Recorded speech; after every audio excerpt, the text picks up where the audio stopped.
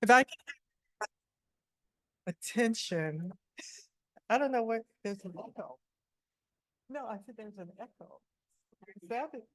If I can have everybody's attention, we're ready for panel number 8 that's going to be in here.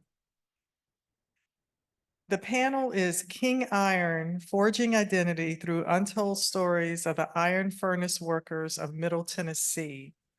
The presenters,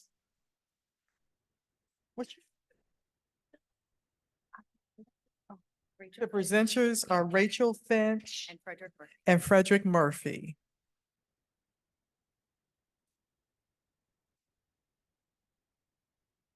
So good afternoon. My name is Rachael Finch, and I'm the founder and CEO of Engage Preservation Consulting, a cultural resource management firm that works with historic organizations, preservation advocacy organizations, and museums to help tell a full and inclusive story. And my colleague today who is joining me online is Frederick Murphy.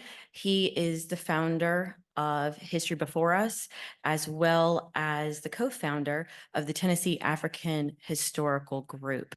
And so he is going to go first and present on a really fascinating project that he's embarked on with another colleague, Tracy Jemison, as well as myself, to really bring about better understanding of slavery tied to the iron furnace in Tennessee.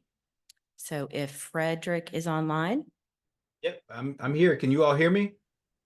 Yes, we can. All right, cool. Can you see me? No, we can't see you. Well, now we can. Okay, you can now. Okay, good stuff. Hey, everybody. I hope all is well. Rachel just mentioned, my name is Frederick Murphy. I am the founder of History Before Us, and partnered with Tracy Jepson as it relates to this traveling exhibit, which is called King Iron, the Untold Story of Furnace Workers in Tennessee. And so it's a pleasure to be here. I'm usually there physically, but I also have some travel next week to Oklahoma. So my pocket said I needed to sit this one out so I can get to Oklahoma, but hopefully next year I will be present with everyone. Rachel, the way we'll do this is Rachel, y'all will hear me say, okay, next slide, because Rachel's gonna handle that for me on that end, and we'll get rocking and rolling here. So we'll stay with this slide right here, King Iron. I want to give you all some background on Middle Tennessee and this specific history. So the rural areas of Middle Tennessee hold many stories, some well known and some forgotten, or perhaps not even thought about at all. The history of the once great iron industry within the state is well known by many, a story that began in the 18th century with the discovery of brown iron ore deposits on the Western Highland Rim. And consequently, it was scattered throughout the area, and there's ore pits as well as quarries. Along the many creeks, one can find the abandoned railroad lines, once considered essential to production.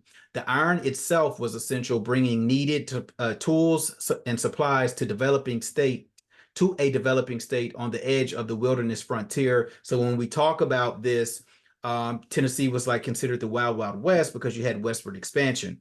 And so today in some places, towering limestone iron furnaces are proudly preserved, accompanied by carefully placed placards and protected behind fences. We do have some in the areas that are protected by fences for individuals that want to come and take bricks or any other type of elements that were left in the rubble. But in most places, piles of the rubble and slag are left. That's part of the iron furnaces. A lot of people don't even know that that's actually what they are. Some people may just look at them as a pile of bricks or a pile of rocks and not even know the significance of these places. These broken remains peek out from underneath decades of overgrown, and their neglected foundations are almost indiscernible from the landscape. Historical locations that have been left unattended and mostly unknown are the furnaces. So it leads us to believe, what else is it about our history that's been left unattended and unknown? In the past, if one asked who worked at these iron furnaces and what the work entailed, there was often, and still may be often, a response of silence, or even possibly just a blank stare. it seemed it was something that was unknown to most and rarely discussed. And so that's why this presentation is to do such today, mine as well as paired with Rachel's, as well as a collective. So if you can go to the next slide, please. All right, so a little bit of information about us. So we are the Tennessee African American Historical Group, myself and Tracy Jepson. We are a 501c3 nonprofit organization dedicated to sharing rich and varied history of Tennessee. Our organization's activities belong to the following to multiple categories as we work towards the mission of sharing Tennessee's African American history. One of the things, well, last year, 2022, we unveiled 4 historical markers in the state of, in Montgomery County, Tennessee. And then also in 2023, we unveiled another one. One of those historical markers is, well, I'm gonna give you the names of the historical markers. One of them is the slave market, which is downtown Clarksville, Tennessee, which is a place where the ancestors were enslaved.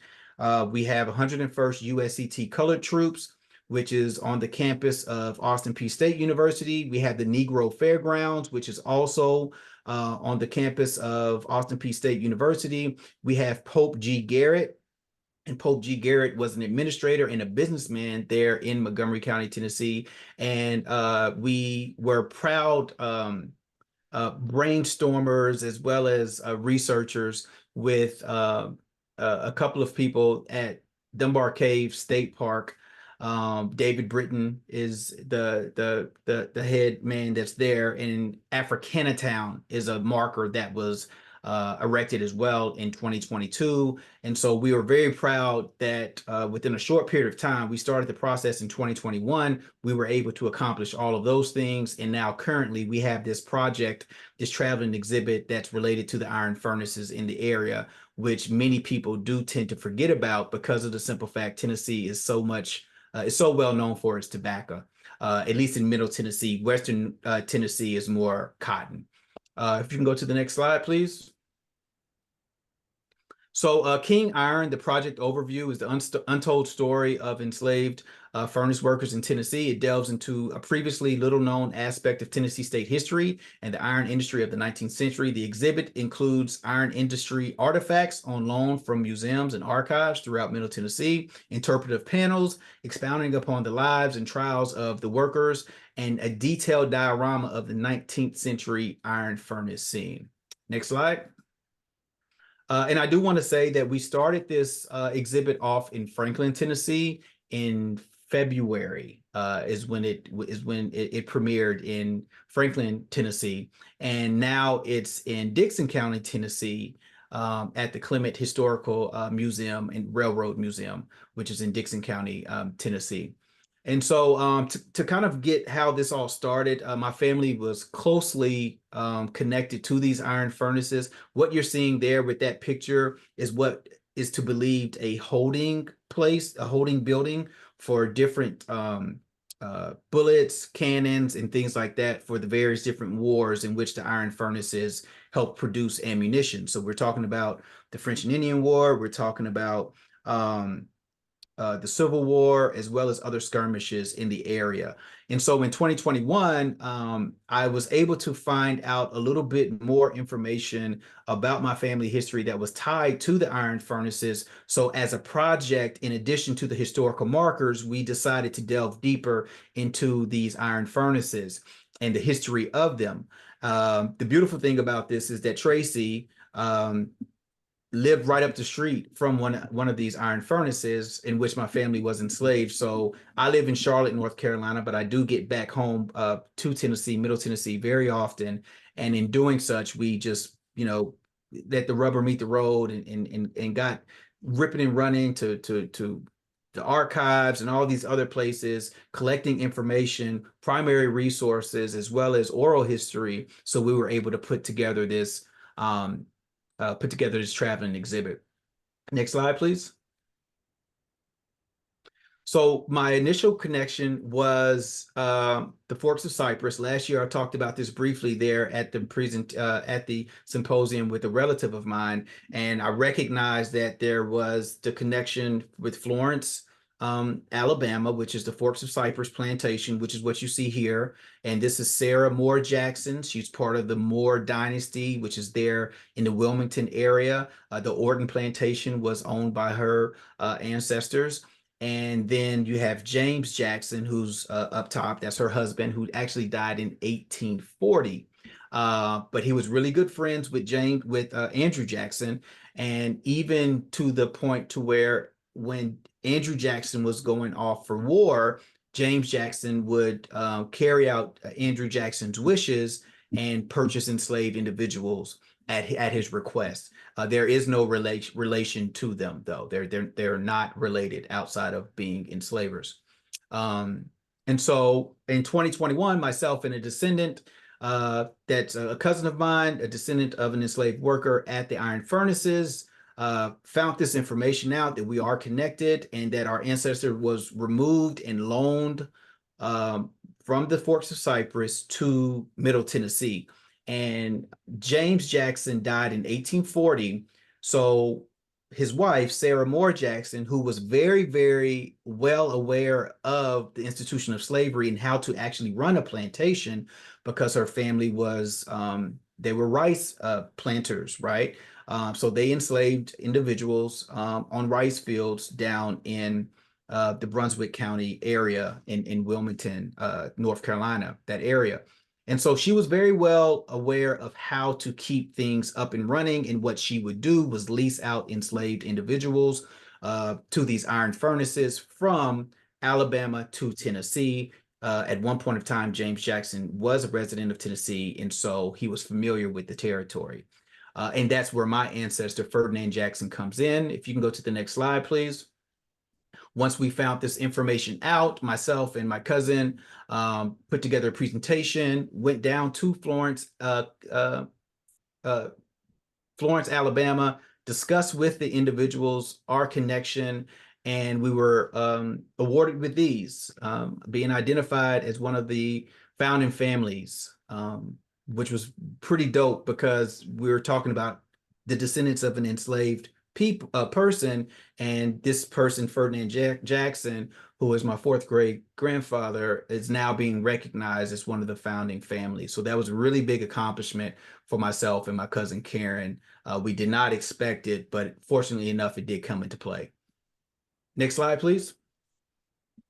So this is part of what allowed us the opportunity to identify how all of this worked out. You're looking at what's called the Negro Book, and it says 1854. I was able to locate this at the University of North Carolina, Chapel Hill. There was a gentleman in Nashville in the 1960s that donated this book to the University of North Carolina, which we all know was the first public university in the United States. And so I'm not quite sure why he donated it there, but we're just glad that he did, because I was able to go and actually put my hands on this book and sift through it and found a lot of family members, as well as surnames that are connected to Montgomery County, Dickson County. This is the book for the Louisa Furnace. And so it was the account book from 1854 all the way up to 1860. And it took into account everything that the enslaved individuals purchased while there at the iron furnaces. Now, I want you to think of this somewhat like the sharecropping system for individuals that had stores on their property, because everything in which they purchased, they had to, of course, spend it right back with the store that that was on the iron furnace sites. And so it's not like they were getting whatever it is, making the money that they getting whatever it is that they wanted and able to go down the street and purchase X, Y, and Z. That was not the case in this scenario. They had to keep it within the store that was there on the plantation. So it's cyclical. It's just staying within, of course, the enslaver's power. And so there was really no opportunity for individuals to have agency over the earnings that they had. And when I talk about these earnings, that these earnings came at a cost, because most of the people did not live past 50 years old, the men that were working there, because it was just that brutal. The work was just that brutal, and we'll get into that. Next slide, please. And so this 170-year-old ledger revealed the existence of the overwork system, which required enslaved workers to work 7 days a week, year-round. The workers were paid 50 cents to work on Sundays, money which they could buy necessities such as shoes, winter coats, items that were automatically sometimes provided to other enslaved individuals we found in the area. So the ledger contained many enslaved workers with surnames embedded deeply in Montgomery and Dixon County, like I mentioned. And if you look over there, you will see the name Ferdinand. And that's when I had the big breakthrough, because I did not necessarily know that he was tied to this furnace. But I found him, as well as other family members with other surnames, such as Ramey, Tally, and a couple of other ones, Daniel, that was also tied to the Louisa furnace. Now, I want to mind you that there were about 12 to 13 furnaces in this specific area. And so this isn't too far from Nashville. This is about 40 some odd miles from Nashville. And so it was a very burgeoning business because people were coming from various different places to take advantage of this free labor. And we're going to talk about that here in the next slide. So if you can go to the next slide for me.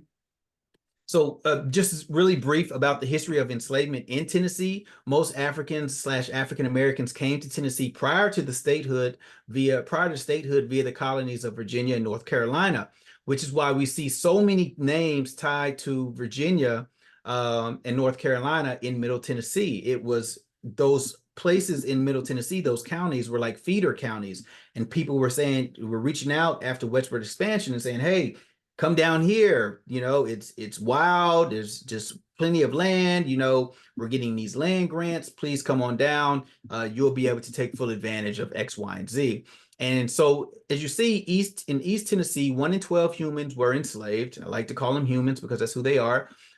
In Middle Tennessee, 1 in 3 humans were enslaved. And in West Tennessee, 3 or 4 of every 5 humans, depending on the county, was enslaved. And there's the sources, TennesseeCivilWar.org. So in Middle Tennessee, there was cotton that was there, and tobacco was really the king crop there in Middle Tennessee. But a lot of people forget about the iron furnaces. And I think that just from a large overview in macro communities, when individuals think about the institution of slavery, they automatically think about cotton.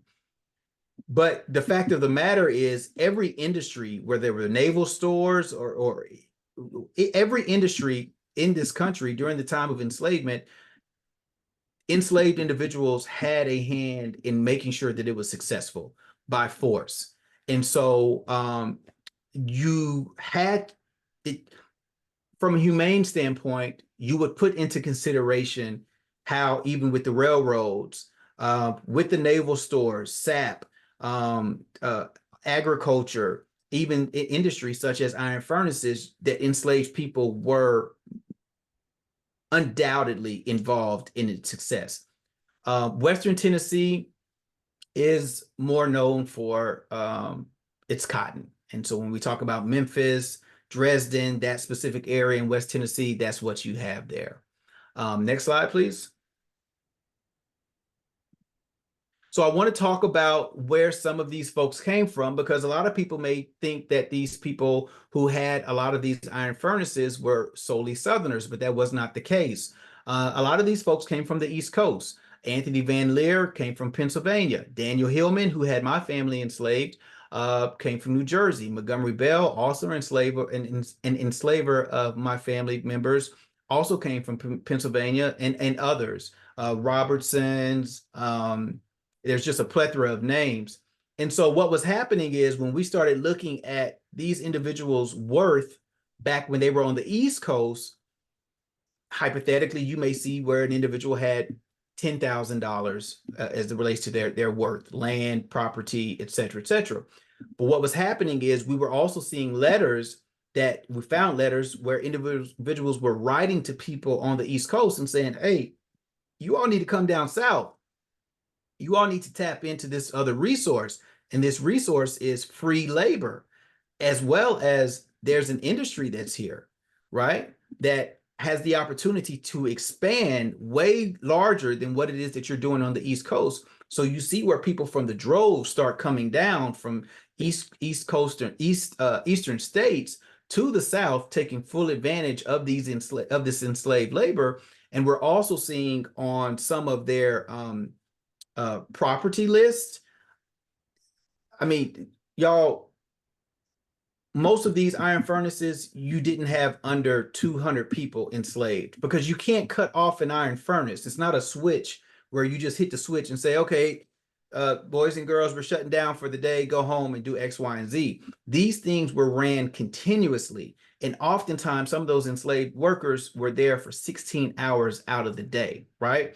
And so with this being said, individuals who were the enslavers had to get more people. So they were leasing people out from all over the South. And I'll be able to share some specific details of who these people are.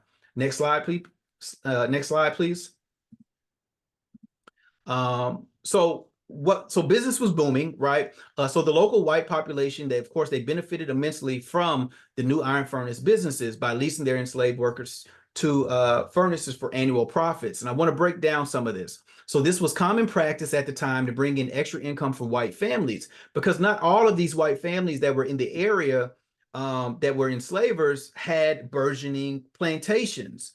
In that specific area, Middle Tennessee, sometimes people may have only had 5 enslaved individuals, which is bad enough, or 3 or 2. But if you lease them out, right, if you already had a small scale farm that you and your family can take care of, or you can take care of in conjunction with your enslaved individuals, then you might as well make money off of them. This is their ideology, and it worked for years.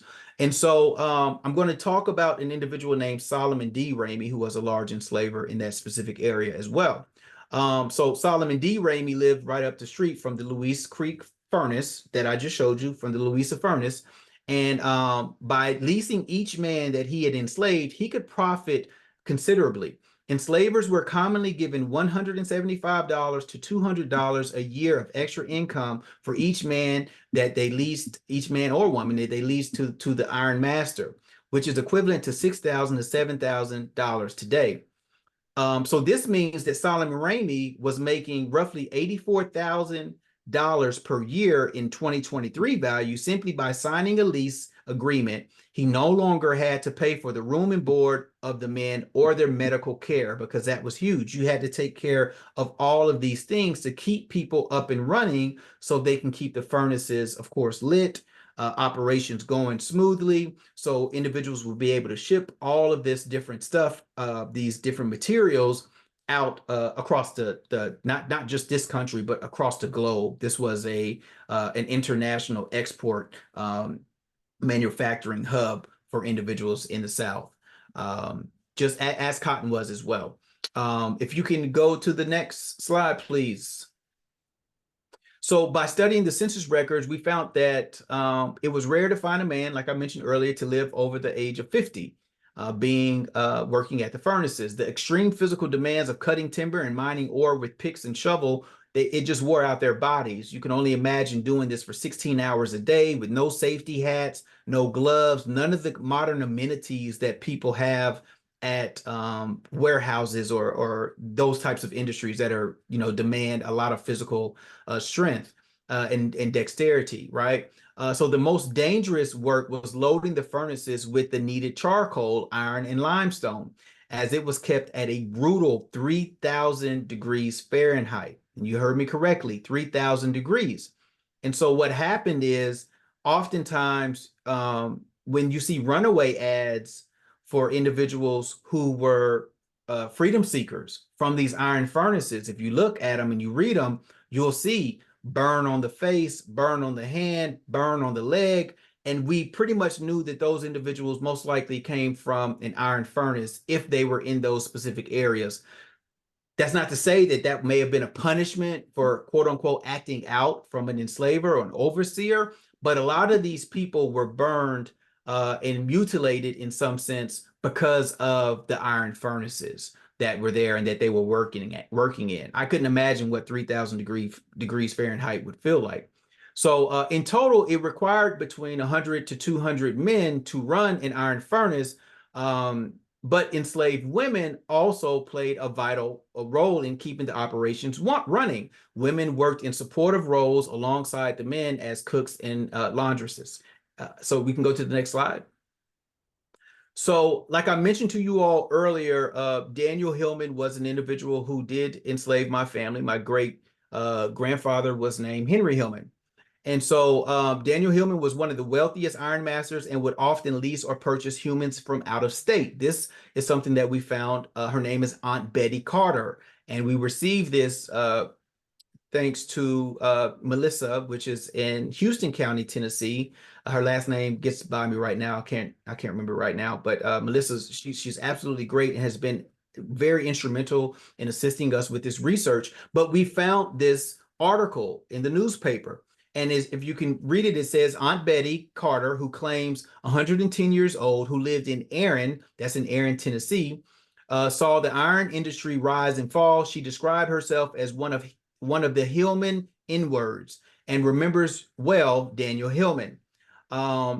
She identified herself as being born in Georgia in 1824 and was brought to Tennessee from Savannah in the 1830s. Okay.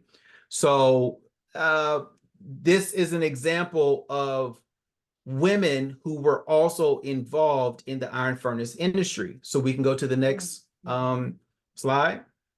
So this is my fourth great grandmother who was also enslaved by Henry Hillman, her daughter Julia as well. My fourth great grandmother was named Harriet Hillman and was shipped from Baltimore to New Orleans. And the ship name was the Isaac Franklin. If being that you're in Virginia, I'm sure that most of you are aware of the Franklin and Armfield Slave Office. I was able to speak with an individual who did extensive research there and gave me the kind of breakdown on how this horrific transportation of enslaved individuals worked. And pretty much what it was happening is, you know, the Franklin and Armstrong was the largest enslavement holding pen and was located in Alexandria. And what would happen is you would pre-purchase your enslaved individual. So that's why on this document, which was on Ancestry, is the ship list.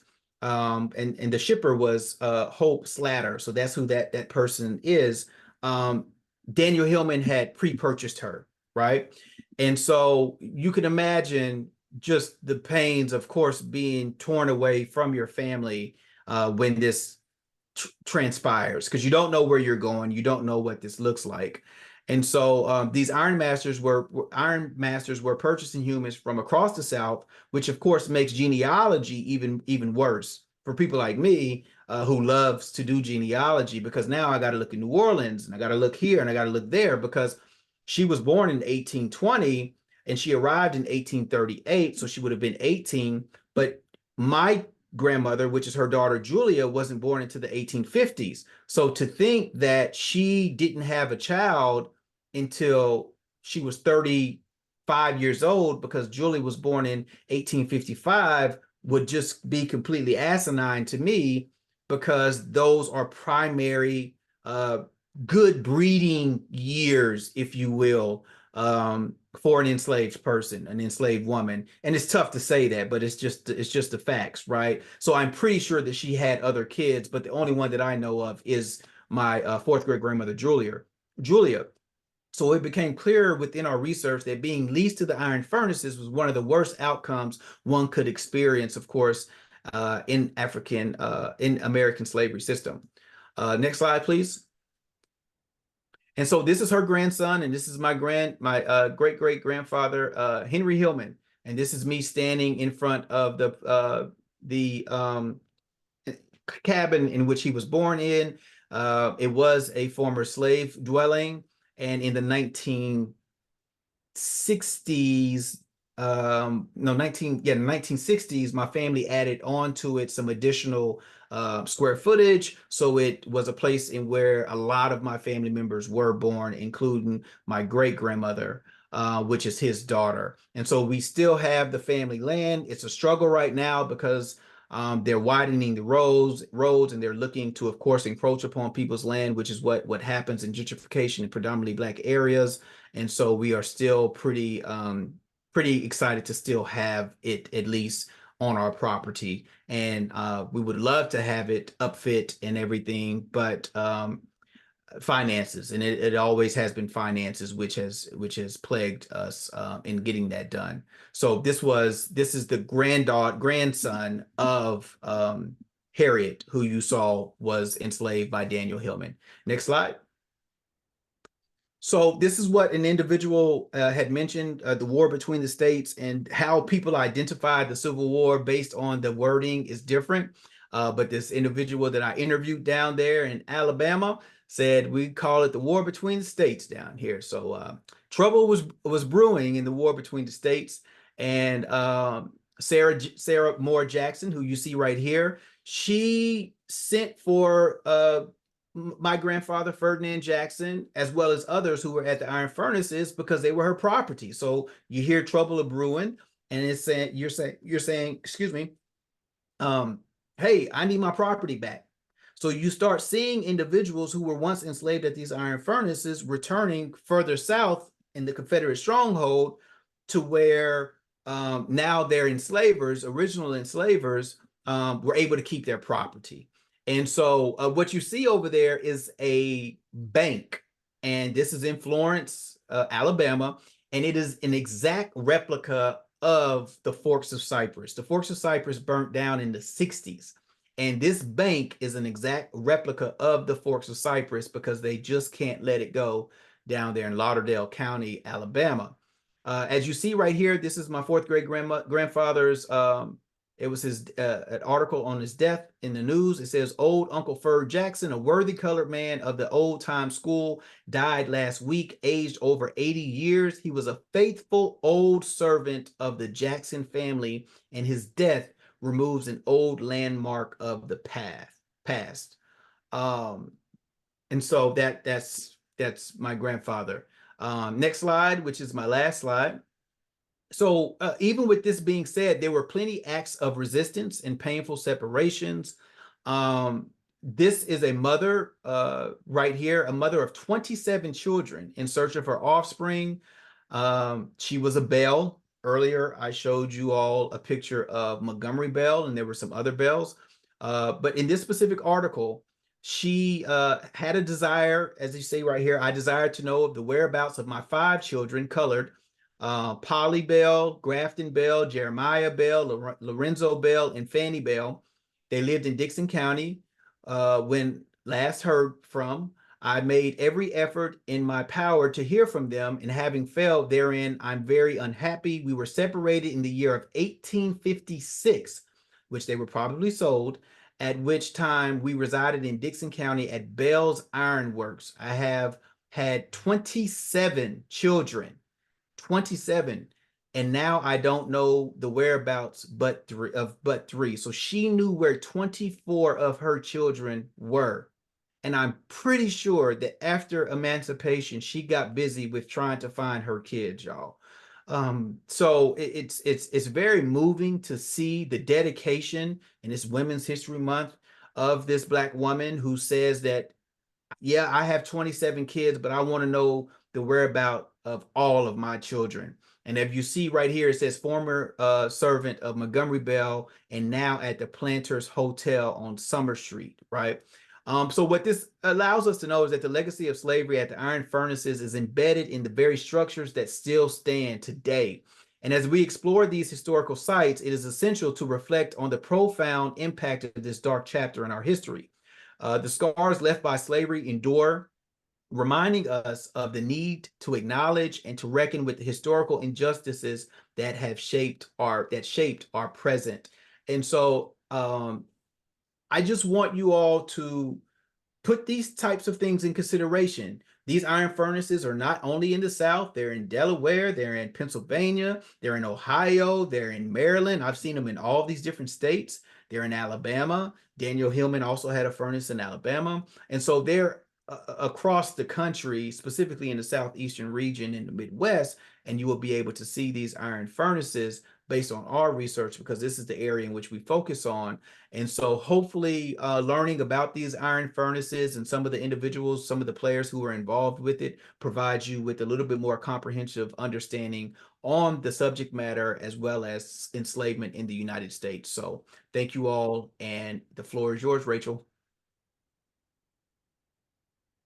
Thank you, Frederick, so much for sharing all of the research that you and Tracy have done on the Middle Tennessee iron furnaces, specifically in Montgomery and Davidson counties.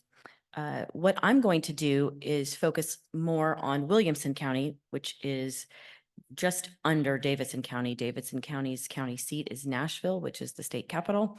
And Williamson County today is the wealthiest county in the state of Tennessee.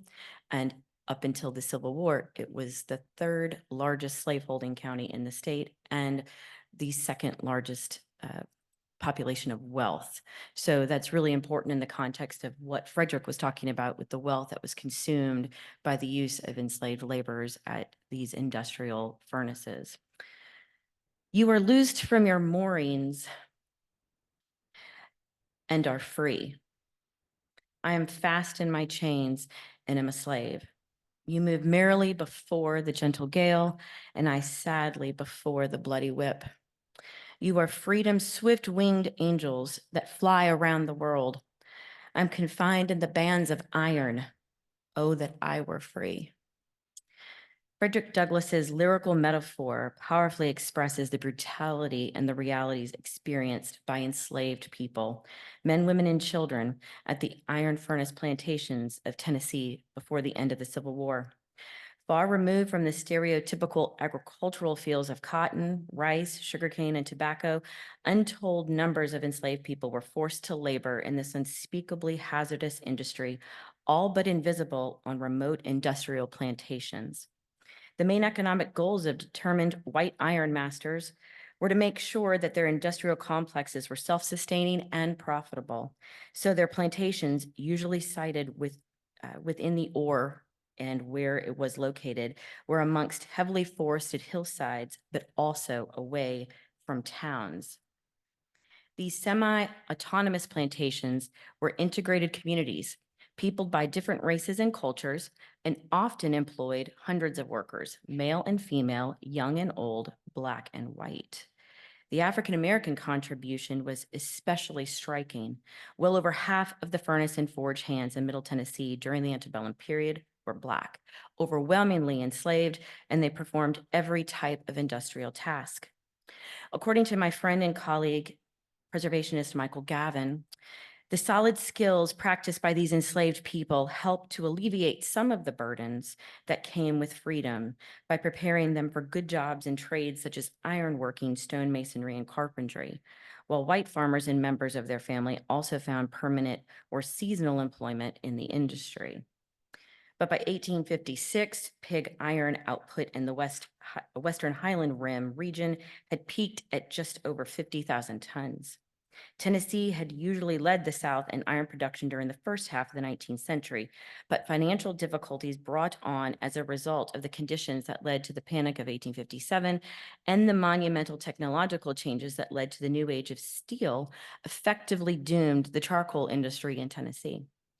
By 1860, just 16 ironworks in the region remained operational, and after a brief revival, less than a dozen were in business after the Civil War. Multiple U.S. Army regiments occupied or damaged several of these iron furnaces, such as the ones in Brownsport Furnace in Decatur County, Patterson Forge in Cheatham County, and Cedar Grove Furnace in Perry County, to keep the ironworks out of operation.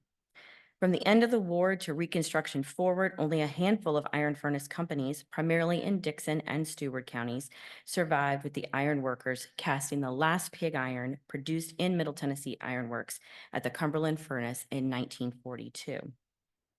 With the advent of improved mining and blasting furnace technologies came new demands in social organizations and the exploitation of the natural resources in rural areas.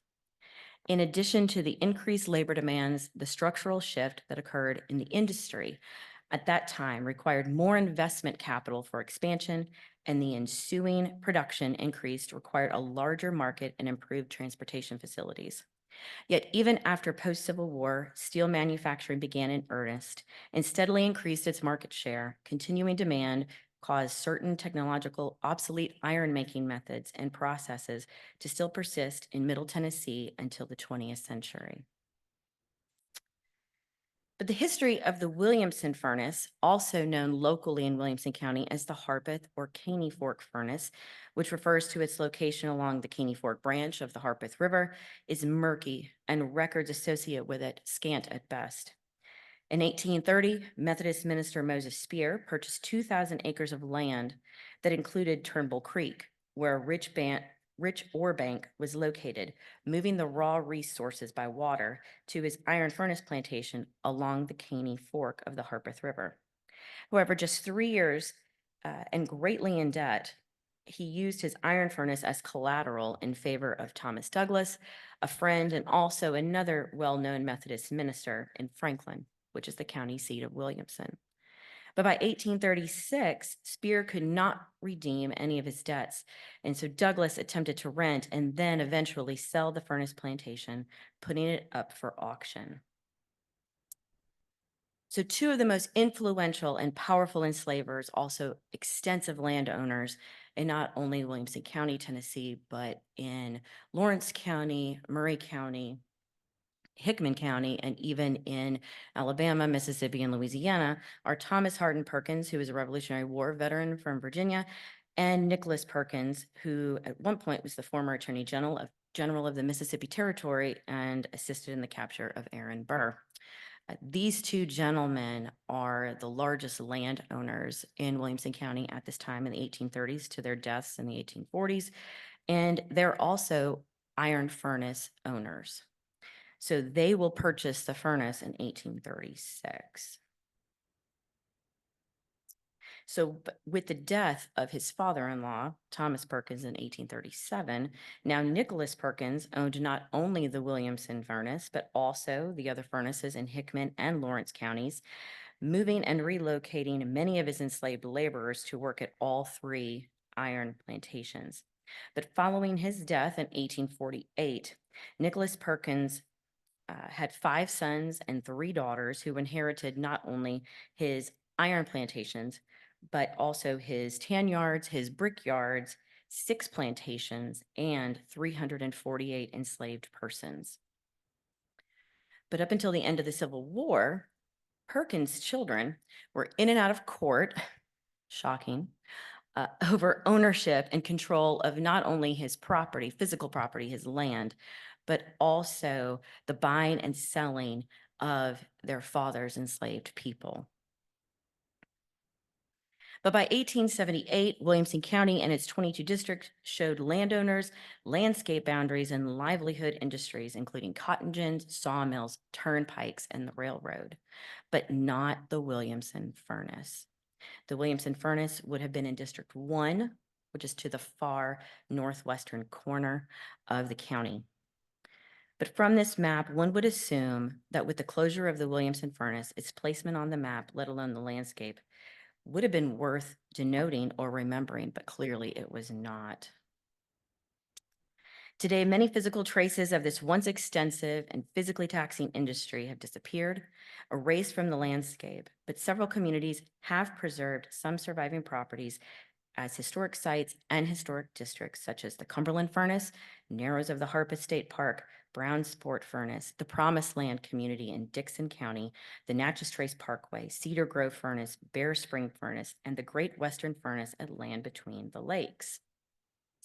To encourage preservation of these spaces, local historic heritage groups and preservation organizations have worked over the years to not only save these Black spaces, but also reclaim their stories. Even the Center for Historic Preservation at Middle Tennessee State University produced the Tennessee Iron Furnace Trail that tells the stories of these often forgotten sites through a published resource guide and a driving tour. However, the center's work was completed well over 20 years ago by my friend Michael Gavin, whose death in recent years sadly has halted the ongoing research into this relatively unknown yet vital component of understanding the cultural landscape of slavery and the lives of the enslaved connected to the iron furnace industry and associated plantations. In 2021, while I was working with the Heritage Foundation of Williamson County as the Senior Director of Preservation Education, my job included working with community members and private property owners to preserve historic, cultural, and natural resources tied directly to Williamson County. And of course, we were in the height of COVID in 2021, and I received a phone call from a gentleman by the name of Bud Carmen, who at the time would not identify himself, just saying that he was representing a property owner who had recently purchased a very large piece of property, 26 acres in District 1 along Caney Fork Road. And he wanted to know if he could take down something that was associated with history. And I said, well, what are we talking about? And he said, well, my client who I am representing, which by the way, he was the client. Yeah, he's a former attorney, retired. He said that, oh, I'm representing my client, and with these 26 acres, we're going to divide them into about, 5 parcels, with roughly 5+ acres each. And we want to build these gorgeous homes on this hillside along Caney Fork. And there is something in the way. And we think we should take it down. And I said, well, how about, and I knew what he was talking about because the only thing associated that's of significant historical importance on Caney Fork Road is the Williamson furnace. It's on the National Register of Historic Places, so he at least had the decency to call, but I wish he would have had the decency to acknowledge the truth of what he wanted to do, because that's not what he did. So he manipulated the situation. And before I could even get out there to meet him, he had already taken to the local newspapers to try to create a smear campaign, not only against the Heritage Foundation, but also the Williamson County historian, Rick Warwick, and the Williamson County Historical Society, for saying that they never wanted to do anything, they never wanted to maintain it, and that nobody cares about history, so why should he? Well, it's on private property. And in Williamson County, being an exceptionally red county, private property rights mean everything. So the advocacy organizations, including the one that I once worked for, work tirelessly advocating to save our historic resources. But we also know that sometimes our hands are tied with private property owners who do not want to take that necessary step forward to save a piece of history, particularly one that is tied to slavery. So once myself and a few of my colleagues made the drive out to the iron furnace a few days later, we met with him, and then he was a completely different person, happy, go lucky, never apologized for the smear campaign in the newspaper. But then all of a sudden he had come up with this great idea to create a park, but he wanted to know, though, if he could still build his wife a beautiful home right on the hillside with the iron furnace sitting beneath it. And I said, well, I don't know if I would really recommend that.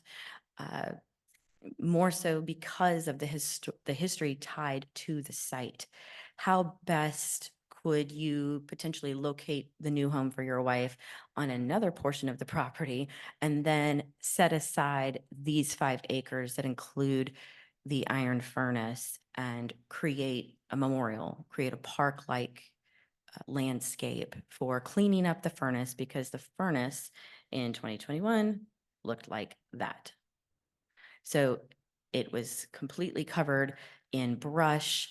My husband and I drove out there, who's here today, also listening to the presentation so kindly. He is one who goes with me everywhere to kind of scout out and do a lot of reconnaissance work. So when we got out there in March on a rainy day, this is what we saw. It had not been maintained. It had completely been forgotten. Even though people live along the Caney Fork Road, understand what it is and what it once provided for the county, they didn't really know its history. So it had really been left to time. And after we had met with Mr. Carmen and we really started to encourage him to consider what is best for not only the property, but also the resource and the story that the resource holds. He then began to change his tune about what would be possible, primarily because he's a pretty well-known former attorney in the county, and he really didn't want himself to look bad. But, you know, he also was pretty adamant that he didn't want to have to maintain it. I don't want to sell it, but I don't want to maintain it. And I said, well, you can't have it both ways. Um, so I said, let me see what my organization is able to do. And through our partnerships with the Williamson County Historical Society and the African American Heritage Society of Williamson County, what could be possible? Well, what was possible, that was by the fall of 2021, the Williamson County Historical Society had put up a historic marker. And while this was a good step forward, the African American Heritage Society and the Heritage Foundation of Williamson County were not asked to attend the marker dedication, nor were either of our organizations asked to contribute historically accurate scholarship or additional research to help add context to the text that is on the marker today. So currently, the marker reads that this stacked stone, or the stone stacks, marks the easternmost side of the significant state industry that ran along the Western Highland Rim, where 33 iron furnaces were in blast by 1847. Tennessee produced over 50,000 tons of pig iron by 1856 and often led the South in production before 1860. By 1832, by 1832, Moses Spears was in operation of this industrial site on 2,000 acres near the Caney Fork Creek. Skilled and unskilled laborers, including enslaved people, worked under a hierarchy governed by the ironmaster. Spears's operation was economically unsuccessful, and the property soon defaulted to Reverend Thomas L. Douglas. The furnace was not in blast by 1848 or after the property was sold by the heirs of Nicholas Perkins. The Rocky River Coal and Lumber Company bought the land in the 1920s for timber, and the Harrison family farmed here beginning in the 1930s. The furnace stack survives as the county's only remnant of an industry that peaked in the 1850s and is listed on the National Register of Historic Places. That is the text of the marker today. But with 2% of all sites listed on the National Register of Historic Places that elevate African American stories, people, and places, this leads us as public historians and preservationists to consider how can all community voices, particularly Black voices, be heard and acknowledged if historic organizations continue to engage the research but not intentionally engage equitable conversations for inclusion at sites of enslavement and trauma. Particularly since, statistically speaking, in 1860, going back to what I said earlier, Williamson County was the third largest slaveholding county in the state of Tennessee, with over 52% of its population enslaved. But today, the African American population of Williamson County is teetering at 3%. Many have left, gentrification has taken hold, and property taxes and values are skyrocketing. So today, this is what the furnace looks like. It's been cleaned up, maintained. There's a marker, but there's more that we can do. And we realize our work is not complete. It's ongoing, and in some regards, it's just beginning. So preserving these spaces and erecting markers and memorials can and does bring forth stories of enslaved people. But going forward, we ask, how may this space, the Williamson furnace, as well as all of the iron furnaces, be reclaimed as memorials to the enslaved iron workers? So with my colleagues, Frederick Murphy and Tracy Jepson, we hope to continue building relationships with descendants, locating additional descendants, promote ongoing scholarship, and strive to make good trouble as we work in Middle Tennessee communities, including Williamson County, to link our collective past to determine how best we may live out our future through reconciling and repairing our relationships with intentional purpose. Thank you.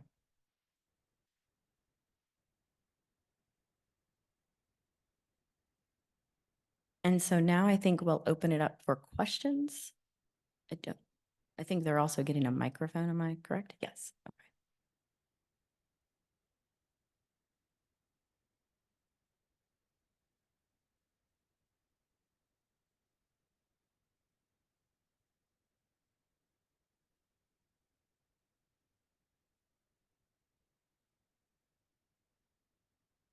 question? I have the mic. Okay. Questions, anyone?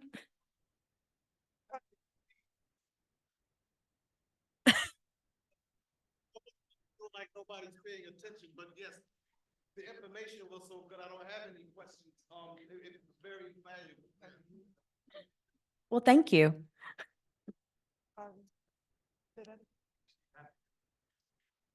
Oh, well, he didn't seem to want to take it. Oh, I'll take it. Okay, so what I said was I'm noticing there's a lack of questions, but for me, it was such a good presentation that I don't have questions. So please don't feel like you're being neglected, bro. No, it's all good. I did have something else that I did want to add to that. After emancipation, we also found in the newspapers where former enslavers and other white folks that were in the area were demanding the people at the iron furnaces to fire the formerly enslaved men who were working there and actually earning a wage in order for them to now make money. And they were met with no's because they didn't know how to do the work. They weren't doing the work for hundreds of years like the enslaved ancestors were doing the work. And so we found about 2 or 3 newspaper articles where individuals were threatening to burn down the furnaces, et cetera, because they had Black folks working there now making money and they couldn't make money for themselves. But you didn't have the skill set. And so I forgot to bring that up in the presentation, but just when you sit back and you think about it, the irony, pun intended, of it all.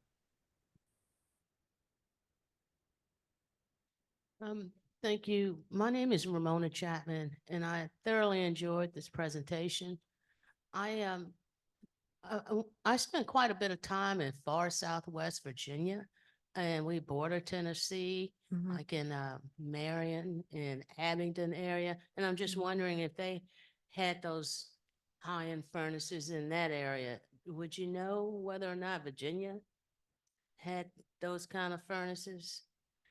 I don't know if Southwestern Virginia and that area would have had iron furnaces, but I do know that that was part of the interstate slave trade route with Franklin and Armstead moving their enslaved from Alexandria to Nashville, and then further south to Natchez. So there may have been enslaved people who would have traveled that route through that area that you speak of and could have easily been sold in Nashville to these ironmasters and brought to iron furnace plantations in Tennessee. But whether or not Virginia had iron furnaces, I will let Frederick maybe answer that because I don't believe that there were, but that doesn't mean that there were not. Yeah, I just looked up online because I have the ability to do that now since I'm at home. But there is a website that's called virginiaironfurnaces.com. I know I'm going to butcher this name of this county, Bortitort County, Bortort. Y'all know what I'm talking about?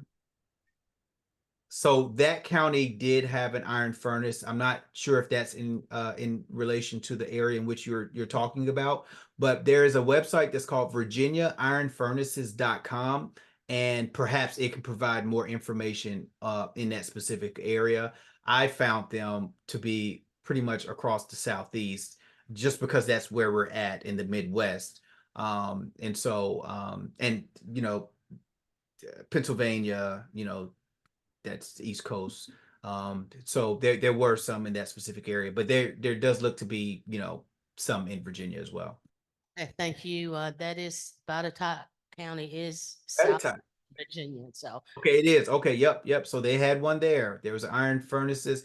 Actually, it looks like it was a couple of them that were there. So yep. thank you. You've given me a Great. research project. All right. We have an online question. This person's saying, she, as a family history researcher, I'm interested to learn some of the surnames of the enslaved in this region. And thank you for your good works.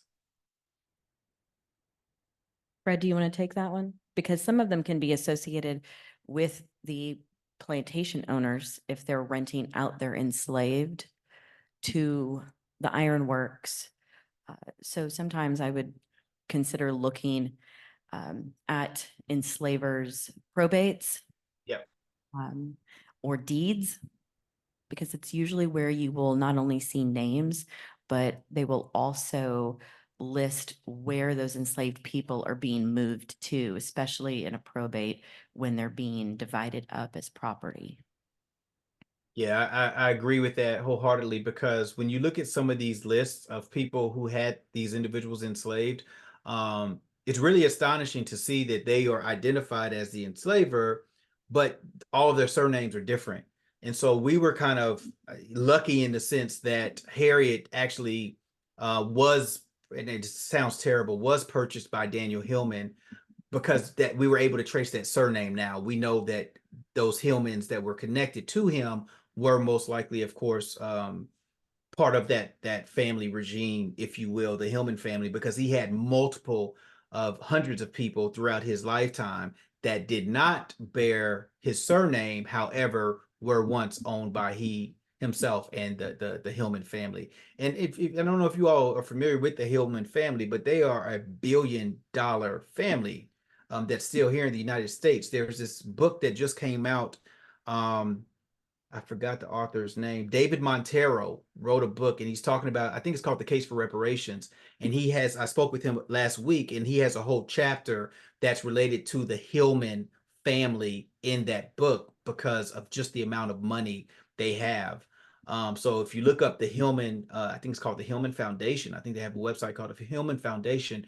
They are a very, very wealthy family still. And all of it was produced off the back of my ancestors, as well as multiple other people's ancestors as well. So that's definitely something to look up if you want to talk about or read more about that. David Montero is the author of that book, and I believe it's called The Case for Reparations.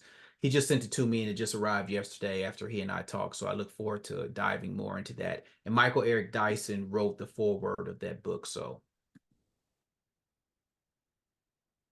Anybody else? No? Well, we thank you then for your time. thank you all.